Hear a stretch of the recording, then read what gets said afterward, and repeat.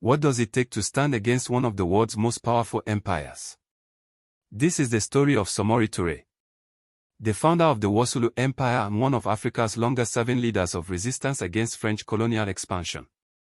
At the African Archive, we bring African history to life through the people who lived it.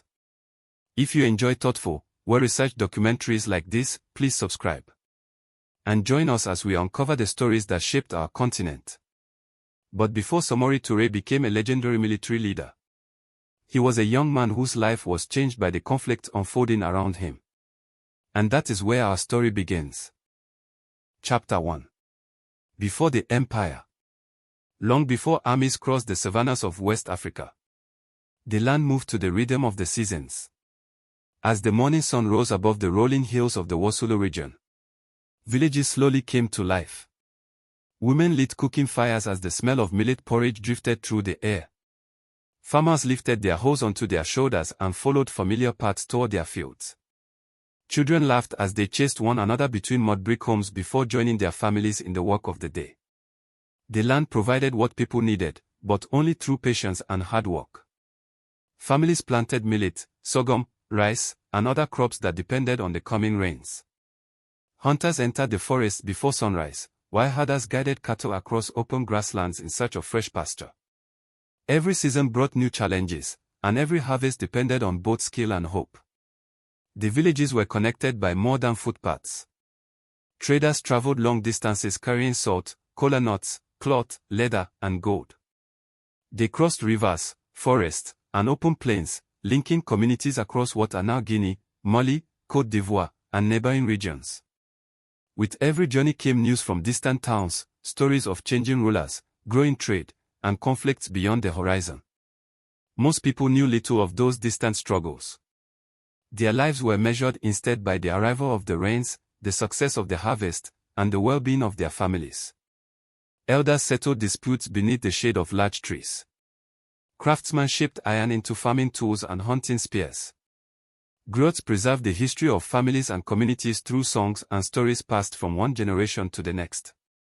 Life was not without danger.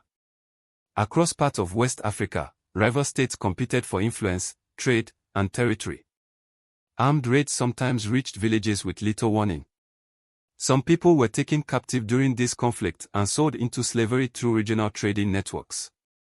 Communities learned to remain watchful, knowing that peace could not always be taken for granted. Even so, ordinary life endured. Markets filled with voices from many languages. Weddings brought families together in celebration. Children learned the customs of their elders, while religious life reflected a rich blend of Islamic traditions and long-established local beliefs. Generation after generation, people built their lives around the hope that tomorrow would look much like today. It was into this world that Samori Touré was born around 1830. He was born in the village of Meniamboladiou, in the Wassoulou region, to a Diala trading family. At the time, there was little to suggest that his name would one day be known across West Africa.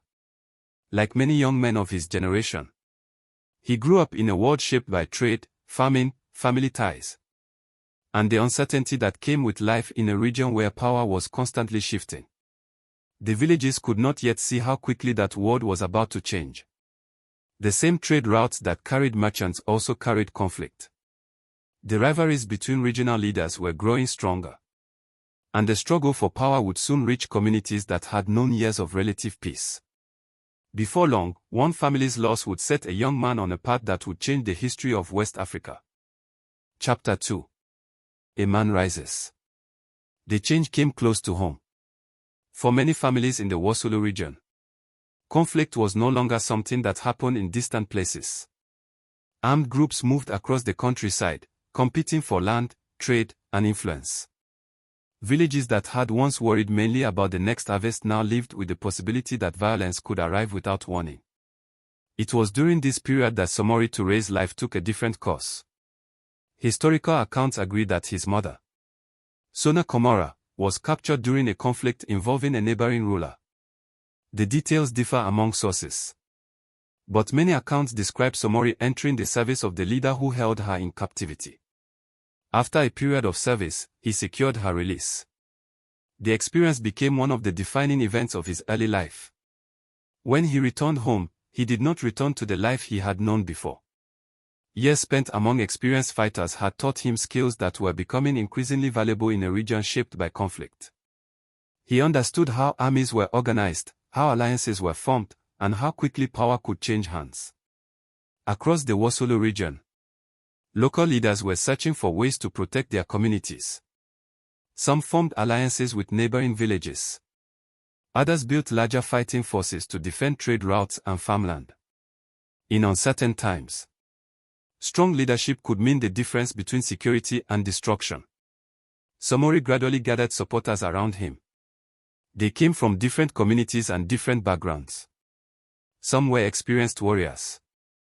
Others were young men looking for protection or opportunity in a changing world. Their numbers grew as Samori earned a reputation for discipline, careful planning, and success in battle. His influence expanded one alliance at a time, rather than relying only on family ties. He built relationships with local leaders who believed that cooperation offered greater security than standing alone. These alliances strengthened his position and allowed him to extend his authority across parts of the region. Trade also became an important source of strength. The same routes that carried gold, kola nuts, livestock, and cloth could also provide weapons, horses, and supplies. Samori understood that an army could not survive on courage alone. It needed food, equipment, and reliable lines of communication. Protecting trade became as important as winning battles. As his power grew, so did his responsibilities. Communities under his leadership expected more than military success. They looked for stability, justice, and protection from raids that had long threatened their way of life. Governing meant organizing people as well as commanding soldiers. By the early 1870s, Samori had laid the foundations of what would become the Wassoulou Empire. It was still a young state, surrounded by rivals and shaped by constant negotiation as much as warfare. Yet it was becoming one of the most important political powers in the Western Sudan. Far beyond Wassoulou, another force was also expanding. French colonial expeditions were moving steadily inland from the Atlantic coast, establishing forts, negotiating treaties, and extending their influence deeper into West Africa. For the moment, those advances seemed distant. But before long, the ambitions of a growing African empire and a growing European empire would meet. Neither would be willing to step aside. Chapter 3. Building an Empire. By the time Samori Touré had united much of the Wassoulou region, the work of leadership had grown far beyond the battlefield. Villages looked to his government for protection. Traders expected safe roads. Farmers wanted the freedom to plant and harvest without fearing raids. Across the growing empire, people hoped that stronger leadership would bring greater stability than the years of conflict that had come before. Building a state required more than winning battles. Samori organized his territories under appointed governors who oversaw local affairs and collected taxes. These resources helped support the army, maintain trade, and strengthen his authority across a region that continued to expand. Messengers carried orders between distant towns, while local leaders remained responsible for the daily needs of their communities.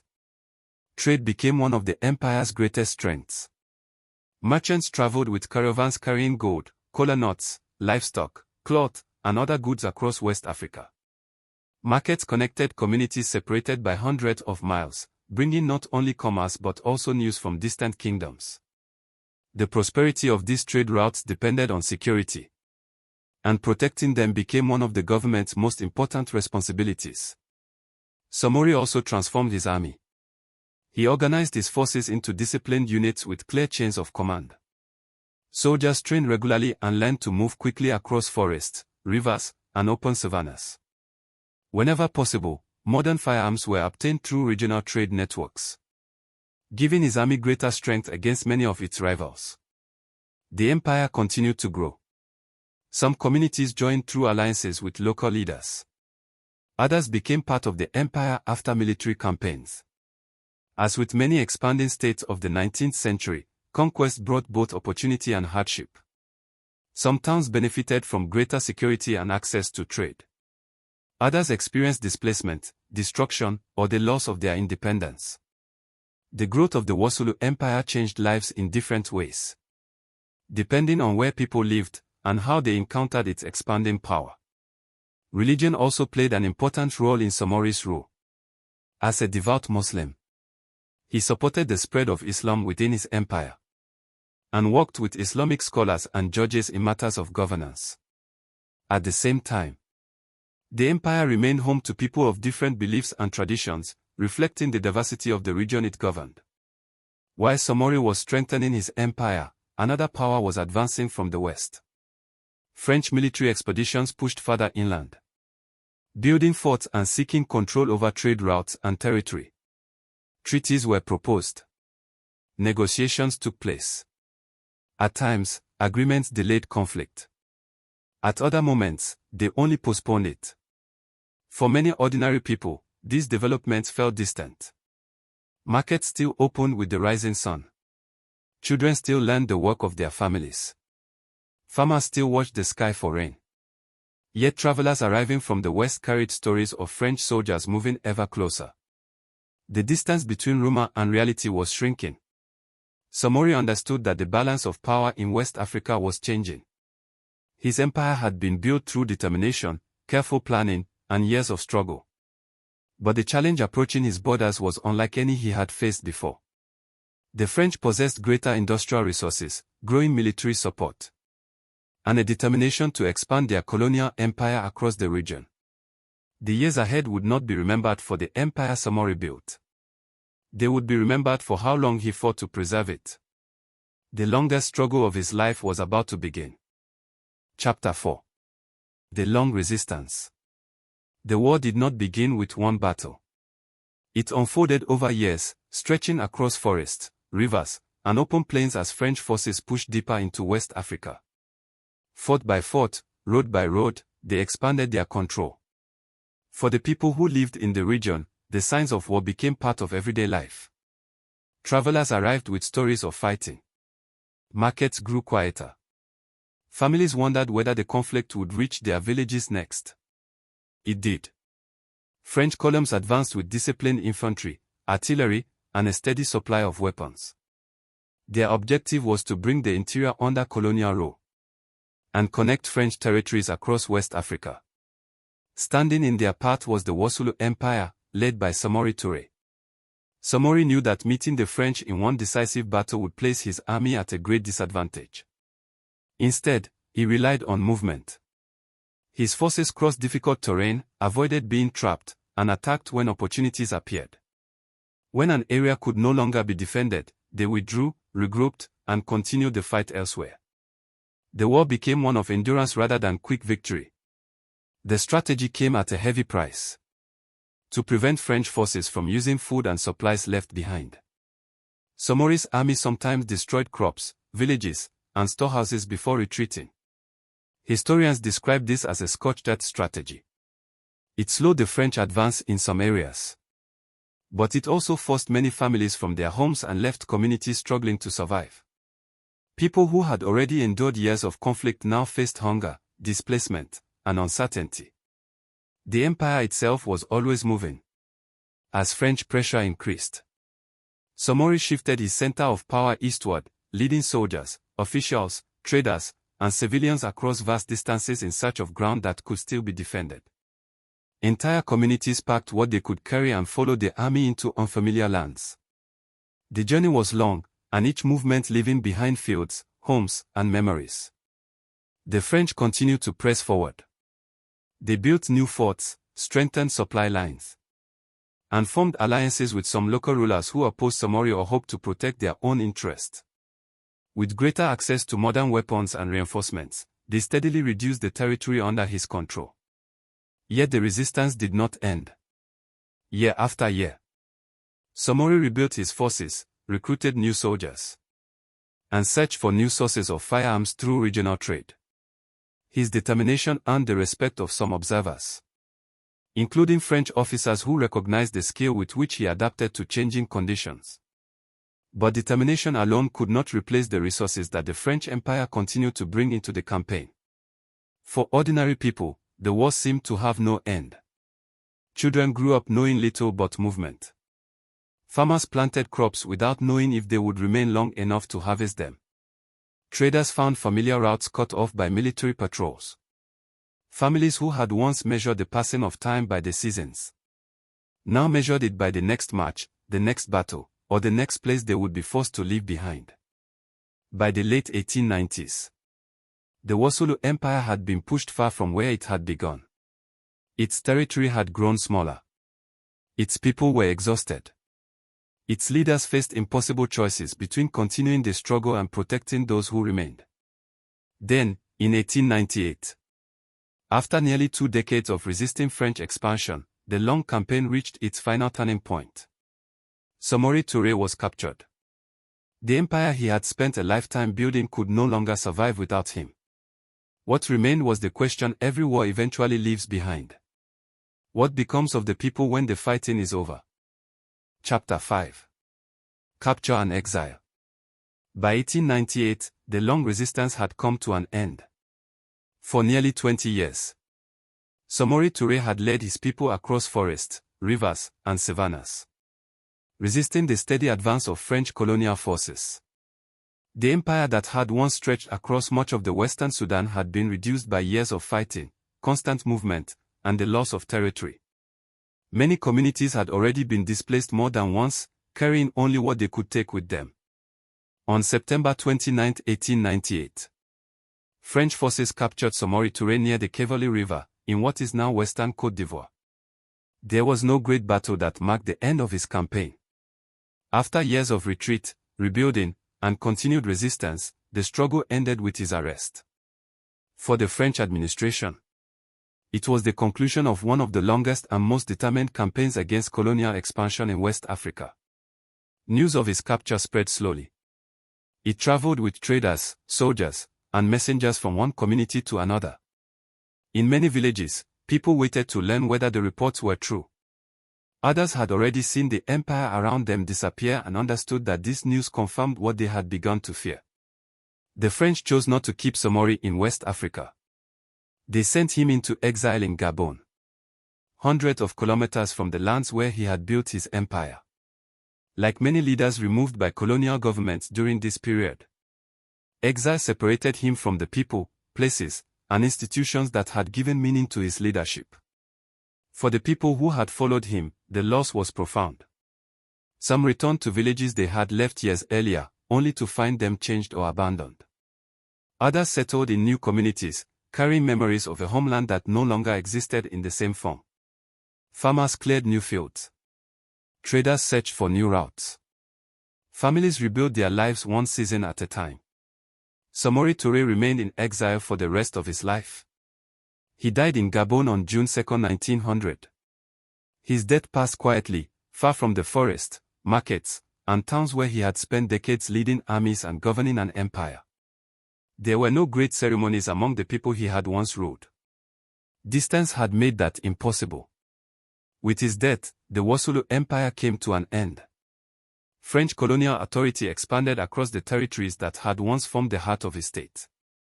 New borders, new administrations, and new systems of government gradually replaced the political order that Samori had built. For many communities, another chapter of life under colonial rule had begun. Yet history did not end with the empire. The people who had lived through those years carried their experiences into the future. They remembered the long marches, the abandoned villages, the crowded markets that had fallen silent, and the seasons shaped by war instead of harvest. They also remembered the determination to resist a force that seemed impossible to stop. Samori Touré's life had ended. But the questions raised by his struggle about freedom, leadership, survival, and the cost of resistance would remain long after the empire itself had disappeared. And in time, those memories would become part of the history of West Africa itself. Chapter 6. What remains? When the fighting ended, the land did what it had always done. The rains returned to the fields. Rivers continued their journey toward the sea. Markets slowly filled with traders once more, and families began planting crops in places where armies had once marched. Life continued, but it carried the memory of everything that had been lost.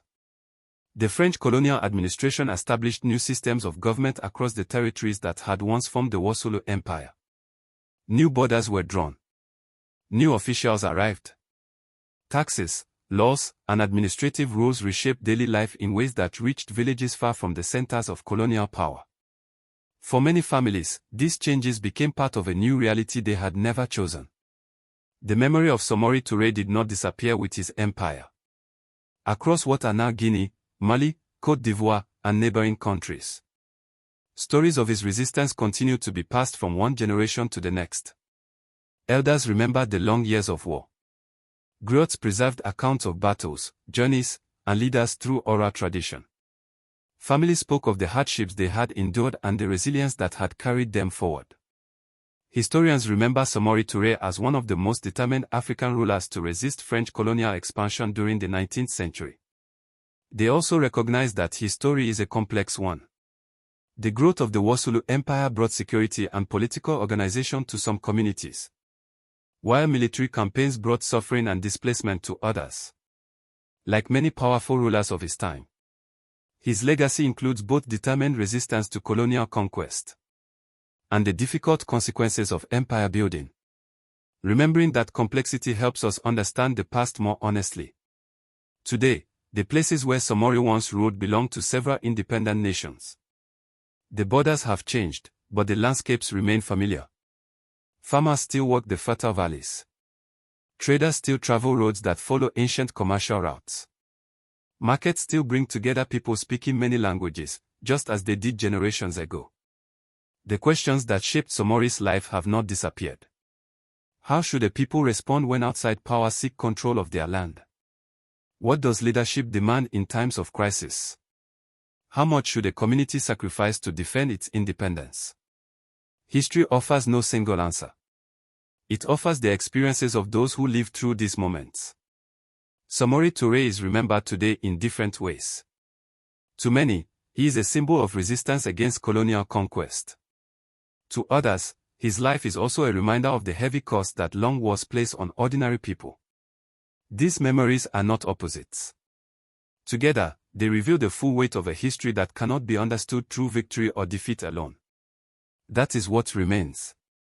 Not only the memory of a ruler who spent nearly 2 decades resisting one of the world's most powerful empires, but the memory of the farmers who abandoned their fields, the traders who carried news across dangerous roads, the families who rebuilt their homes again and again, and the communities that endured years of uncertainty.